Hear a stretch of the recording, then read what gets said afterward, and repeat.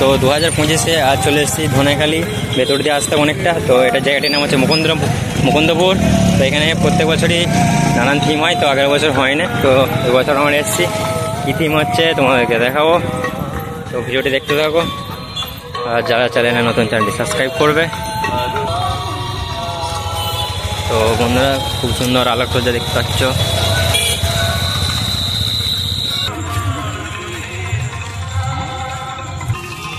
তো বন্ধুরা, তো আমরা মুকুন্দপুর চলে এসেছি। তো দেখতে থাকো তোমরা ভিডিওটা তাড়াতাড়ি করে। 2025-এর মুকুন্দপুর থিম তোমরা দেখতে পাচ্ছ।